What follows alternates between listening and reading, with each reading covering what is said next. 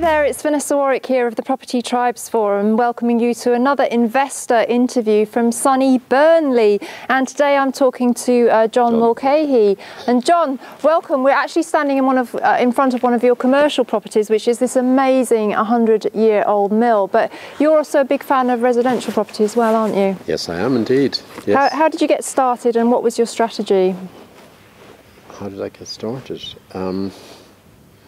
Well, some years ago I was doing commercial property in London, and after the dot-com boom ended, I decided to move into residential property. And at the time, Lancashire was one of the cheapest places one could buy a house. So you went and bought quite a few, didn't you? We sure did.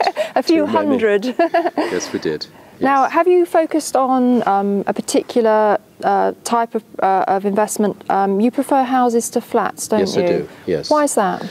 Well, in the north of England, I can't really see the logic of taking a flat. I can understand it in London, where there's a shortage of space, but up here there is not a shortage of space.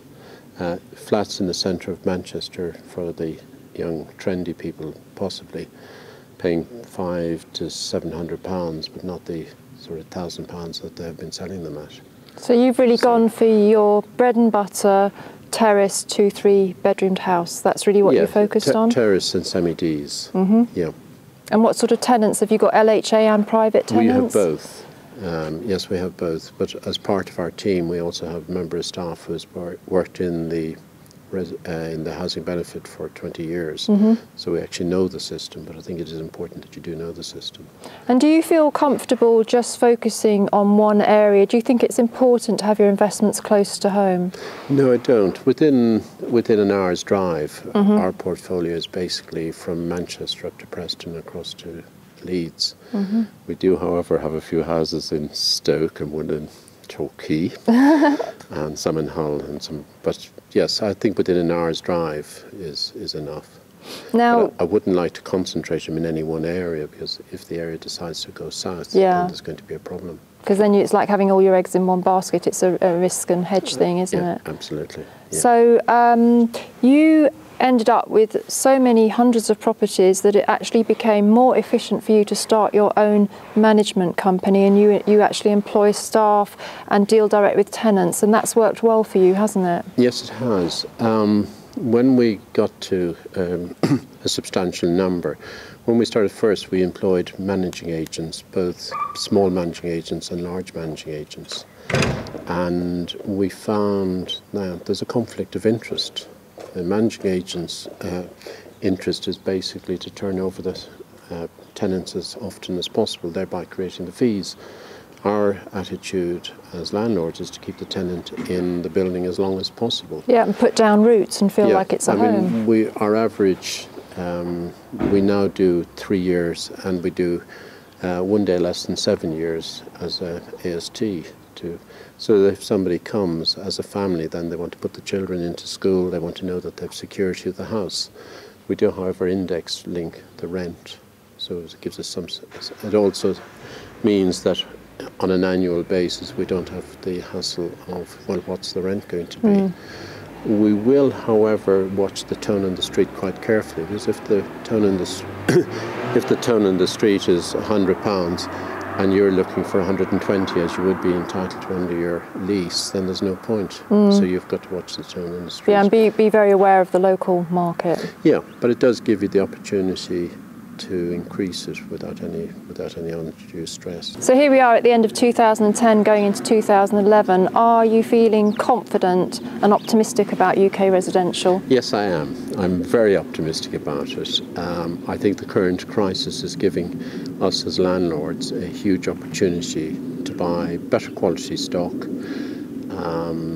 at substantial discounts to the current valuation, not the valuation that was in 2007. That's almost irrelevant. It's the discount on the street today. I think there is substantial there, particularly if the property is slightly distressed. And you can add value by refurbishing it. What we are finding is that there's a lot of stock coming back into the market where somebody bought a house or had a house that they were trying to sell in prior to September 07. They couldn't sell it. They then started to rent it, and being amateur landlords, they put in tenants that they shouldn't have, and the houses have basically been distressed, cosmetically distressed. Those houses, I believe, you can buy now at considerable value. We actually looked at one the other day that prior to September 07 was on at 90,000.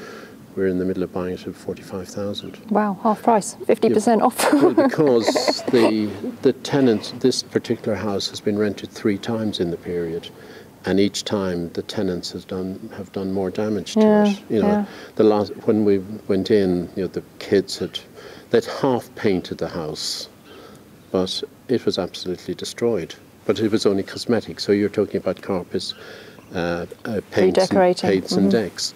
But in this current market, you can't sell that house. So I think there is opportunity there to buy this type of house at a really good discount. And that house will rent back at £550, £600. So it's giving a cracking yield. Brilliant. And I think over time, I mean, while you are buying today at loan to purchase price, or some cases loan to value, but whichever is the lower, I think in future years, in a number of years' time, there will be an opportunity to do when the lenders get back to more normal times, they will do loan to value. So you could actually possibly get your money back, but I think it's going to be between 3 and 6 years before you do that. Then you will get your money back. But I think the big lesson that I have learned over the past is to watch the cash flow.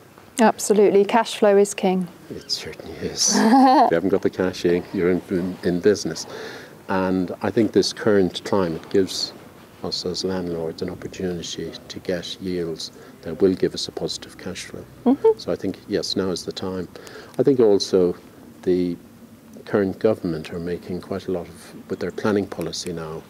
There won't be any considerable increase in housing, in new builds, and what a lot of people are forgetting is that developers now will be under pressure by the local authorities to put in more affordable housing, thereby increasing the cost of the houses. So yes, now is the time. All right, buy houses. Thank you very much for talking to us, John. That's John Mulcahy, a serial investor who invests in residential and commercial property up here in lovely sunny Burnley. And thank you very much, John. And thank you for watching Property Tribes TV. Thank you. Bye-bye.